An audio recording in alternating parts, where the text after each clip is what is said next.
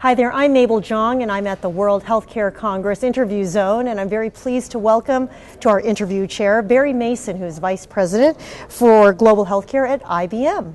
Barry, great to see you. Thank you. Good to be here. And you were just talking a little while ago about moderating a panel today.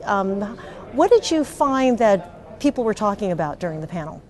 Well, the panel today was about responsibly sharing data to benefit care delivery and how do you transform care.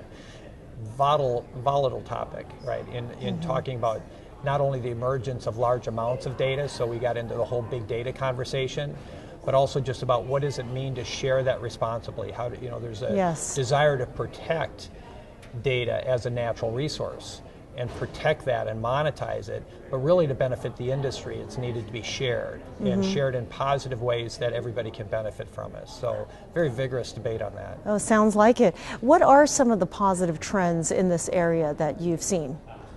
One is that we've seen a greater appetite for collaboration. So truly people are wanting to share their information. They're still working on, how does that benefit? Where's the return on that come from in better care situations? But a great example from the panel was from the pharmaceutical industry that's opened up a new database to share their clinical trials and really open up that to any researcher. Now, you do that with full trust and with security and with privacy, all those controls around it, but allowing any researcher to get at the access of clinical trials is very powerful. Absolutely. Have we seen clear evidence that sharing this data is leading to better care generally for patients?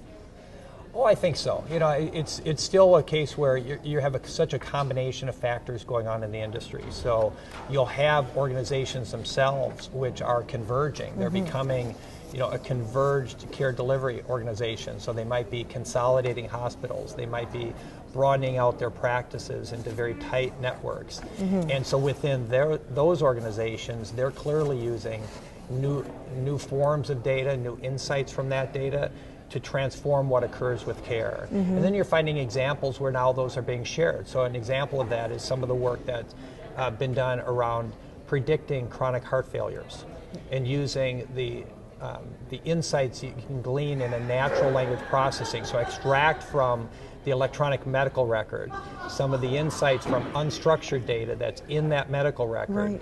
And that can give you insights into new predictors of chronic heart failure. Where we've even moved the needle to where we can predict a year earlier on those populations, those individuals that might be more susceptible for CHF.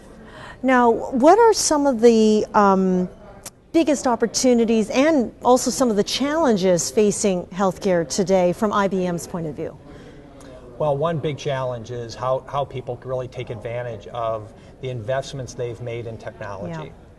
And then off of that is, how do you gain these insights from data? There's been an awful lot of investment, hundreds of millions of dollars poured into the use of technology. And electronic medical records are just one example of that, where you've gone through the adoption rates and meaningful use and so on, of putting that throughout the whole industry. It's been somewhat of a productivity hit to the physician side of the house. And so now we're really looking at saying, how do we gain the value off of those electronic medical records given the heavy degree of investment that's been made? So there's that as both a challenge and opportunity.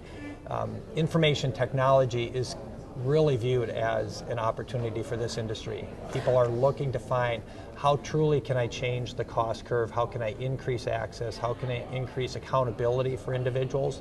And they see technology as one of those vehicles. And how much further can we go with this? I mean, there's been a lot of discussion about the electronic health records. Those are a reality now. What else is on the horizon? I think that what's really on the horizon is the convergence of data sources. So, you not only take the electronic medical record, and we mentioned some of the unstructured data that's in there, but combine that with all kinds of other forms of data that's going on. A great example is streaming data. Streaming data is that comes off all the different medical devices, perhaps in an intensive care unit, where somebody's wired up with all the devices. Using that data along with the electronic medical records to give early indications of a condition that might occur. Well, another speaker earlier said that it's not too far in the future where if you see like a mole or something on your skin, you can actually have a machine tell you what it is versus having to go see a physician. I mean, what do you think about that? Well, that's what you're really highlighting is, the ability to deliver care kind of at any place you're at. Remotely. And so with mobile devices and the quality of connectivity that exists, the type of applications, photography, telemedicine, all those things emerge to allow for some early diagnosis. We're also finding that there's different forms of what we call cognitive computing, but the way to actually get into consumer diagnosis and treatment using best practice from the industry, but bringing that down to a mobile device so you can ask. A terrific application of that is the iTriage application that Aetna runs today. Right. We're extending things like iTriage, that same concept, but we're extending into areas with cognitive computing that brings in more and more types of data to let an individual consumer then, through the mobile and the social type of tools, gain better control of their own health care. It's fascinating. Well, thank you so much for sharing, Barry. Absolutely. Really appreciate your time today. Thank you for having me. And I'm Mabel Jong. Thank you for watching.